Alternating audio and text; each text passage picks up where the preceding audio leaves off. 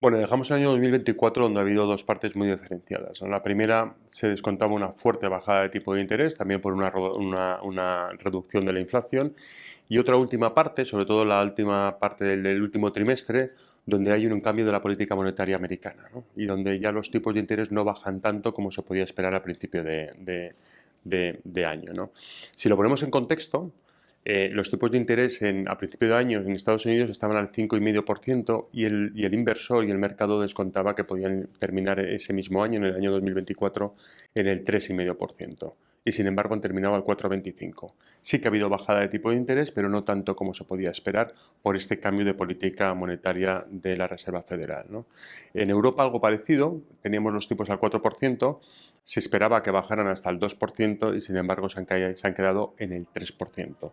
El mercado descontaba muchas más bajadas de lo que realmente hemos visto en este año 2024. Y eso ha afectado sin duda a los bonos, ¿no? Sobre todo en la parte larga de la curva. Los inversores que han invertido en bonos soberanos a largo plazo y en especial americanos, pues han tenido un riesgo de pérdida, han podido perder parte de su patrimonio por ese cambio sustancial, porque han subido más las rentabilidades de cómo estaban al principio de año, ¿no?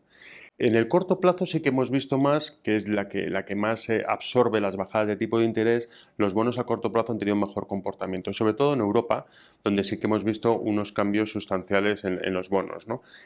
Para ponerlo también en contexto, los tipos de interés a principio de año 2024 del bono a 2 años alemán estaba a niveles del 2,50 y ha terminado en el 2,15. Por tanto, hemos visto una subida de precio de todos los bonos y una bajada de rentabilidad.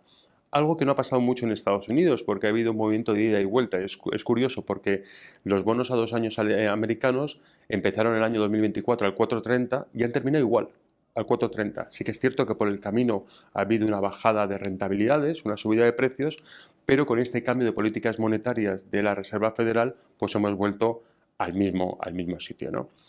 Y así entramos en el año 2025. Entramos con ese desacoplamiento, con esa divergencia entre las políticas monetarias de la Reserva Federal y del Banco Central Europeo, y también vemos que una inflación está mucho más enquistada y eso va a afectar también a los bonos, ¿no?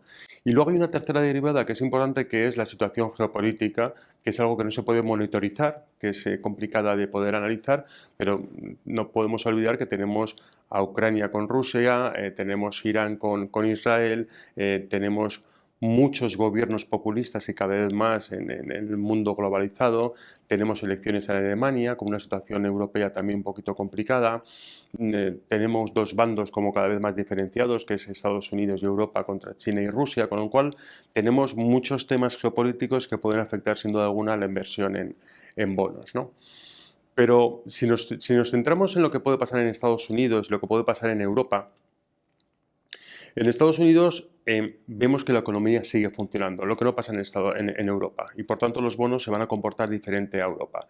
En Estados Unidos tenemos un crecimiento del 3% del PIB, tenemos unos salarios que todavía, no como antes, pero todavía están por encima del 4%, tenemos un paro muy bajo, tenemos un consumo que se mantiene, y luego tenemos una serie de cuestiones que va a traer Trump o la administración Trump, como es la bajada de los impuestos o la reducción de la inmigración, que eso puede generar que suban más los salarios.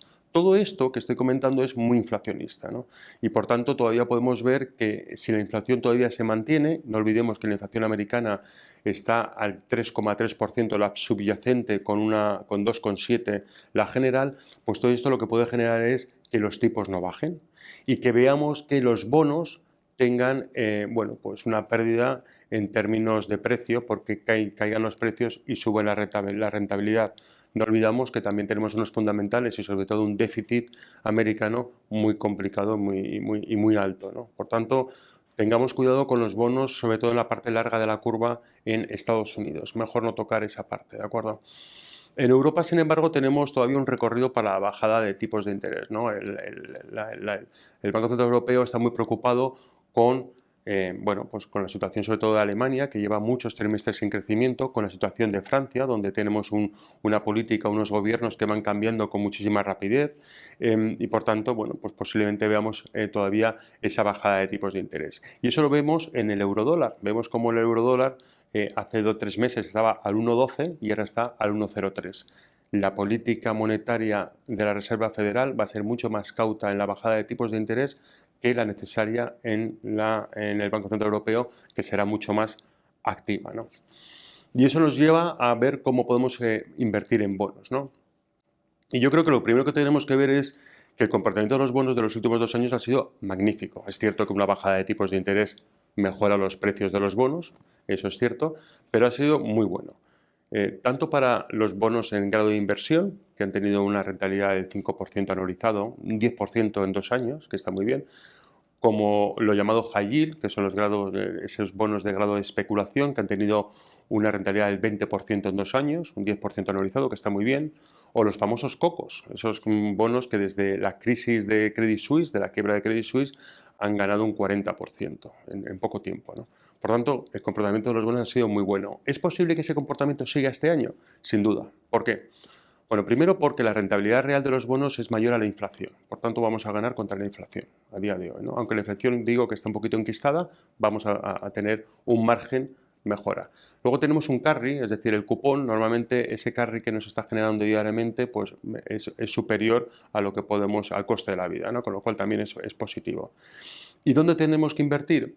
Bueno, pues visto los problemas geopolíticos que hemos comentado, creemos que los bonos todavía tienen que estar muy focalizados en los bonos con grado de inversión, los bonos más seguros. No quita para invertir en el high yield que hemos dicho, porque llevamos un 20% en 2 años muy bueno, porque las compañías high yield, cuando bajan los tipos de interés, se pueden refinanciar mucho mejor su deuda y también es muy bueno, pero tenemos que ser muy selectivos. ¿De acuerdo? ¿Y cuál es la duración que tenemos que tener en las carteras? Pues seguimos teniendo duraciones de 3, 4 años, no más. Porque, repito, la incertidumbre que está pesando desde un punto de vista geopolítico, más los fundamentales de los grandes países, que tenemos problemas de deuda, tenemos problemas de déficit público, pues todo eso invita a ser muy cauto en la parte larga de la curva. Mejor 2, 3, 4 años máximo. Soberanos.